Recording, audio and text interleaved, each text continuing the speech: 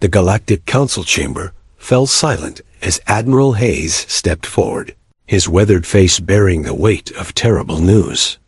Representatives from dozens of species watched nervously as the human delegate activated the holographic display, revealing the smoldering remains of 3 frontier colonies: New Haven, Prosperity Station, and Green Fields, Hayes announced, his voice steady despite the rage burning in his eyes.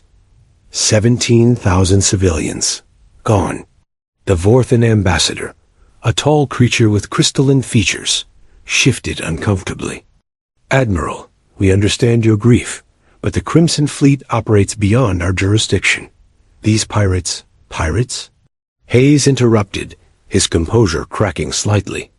Ambassador Vila, these weren't random raids. The attacks were coordinated, systematic. They targeted our agricultural world specifically. He paused, studying the faces around him. Someone gave them our colony locations. Murmurs rippled through the assembly. The hegemony had been pressuring humanity to abandon their expansion into the Outer Rim for months, claiming the territory belonged to their ancient empire. Now 3 human settlements lay in ruins, their populations scattered to... The Void Dock Captain Ross materialized beside Hayes as the hologram shifted to show fleet movements. Sir, long-range sensors have detected the Crimson Fleet massing near the Titan Nebula. They're preparing for another strike. The hegemony representative, a massive reptilian being named Core, leaned forward. Humans should withdraw from contested space. Your presence there violates ancient territorial claims. Hayes smiled coldly.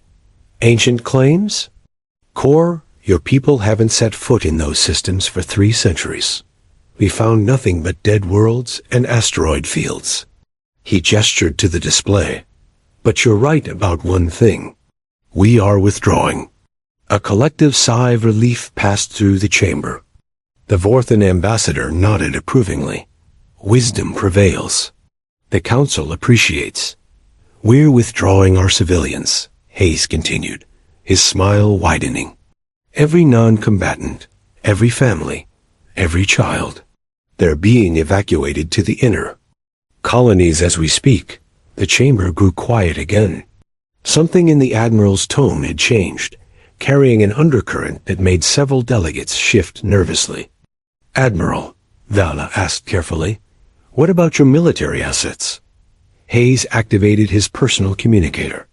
Ross, give them the numbers. The captain's voice filled the chamber.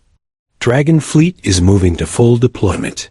12 dreadnoughts, 36 cruisers, and 72 destroyers. Admiral Jackson's Wolf Pack is joining them, another 8 dreadnoughts and support vessels. The Serpent Squadron is moving into position as well. The numbers sent a chill through the assembly. The human fleet had grown considerably since their last census, and everyone knew about their reputation for aggressive tactics. That's nearly your entire Deep Space Navy, Ambassador Vila stammered. Not nearly, Hayes corrected. It is our entire Deep Space Navy. Every ship, every crew, every weapon we've built over the past 50 years. He paused, letting the implications sink in. We're also calling in the reserves. Captain Ross, tell them about the dragons. Ross's voice carried a hint of anticipation. The 1st Dragon Regiment is being reactivated. Full deployment. All veterans, all volunteers. The hegemony representative's eyes narrowed. Dragons? What dragons? Hayes's expression darkened. The men and women who held the line at Blackwater Station. The ones who fought the Void Hunters. For 6 months without resupply. The soldiers who turned the tide at the Battle of Broken Chains. He stepped closer to Core. The ones who earned their reputation fighting things that would make your nightmares seem pleasant. The chamber erupted in worried whispers.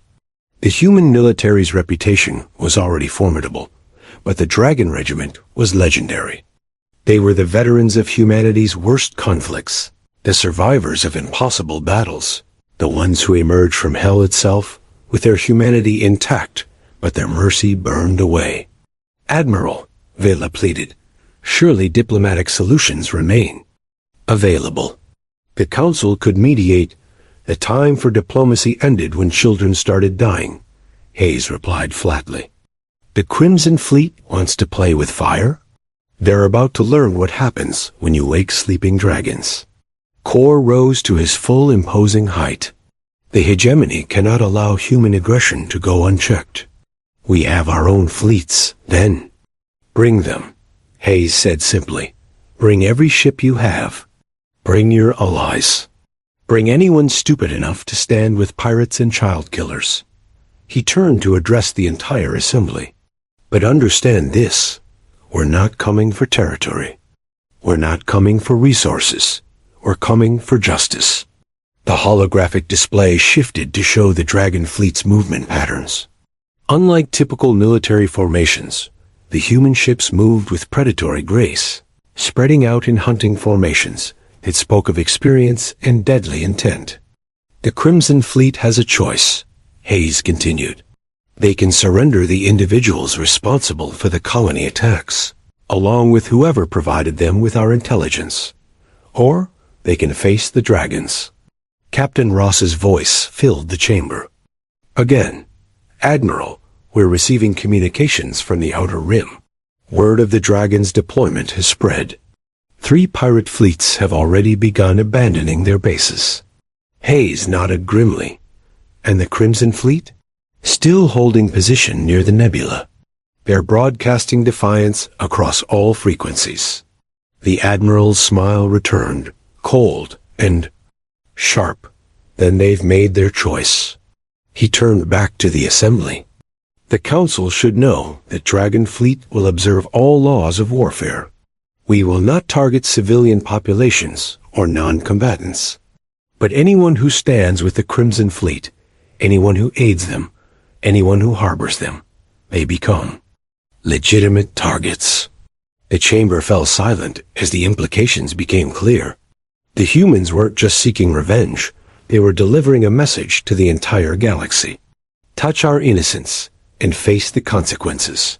Ambassador Vila made one last attempt. "Admiral, the casualties should have been considered before they murdered 17,000 farmers and teachers and children," Hayes replied. "The dragons are coming. And this time, they're not fighting for territory or politics or ancient claims." His eyes blazed with righteous fury. "They're fighting for justice, and they will not be denied." The holographic display showed the Dragon Fleet accelerating toward the Titan Nebula, their ships gleaming like steel predators in the void.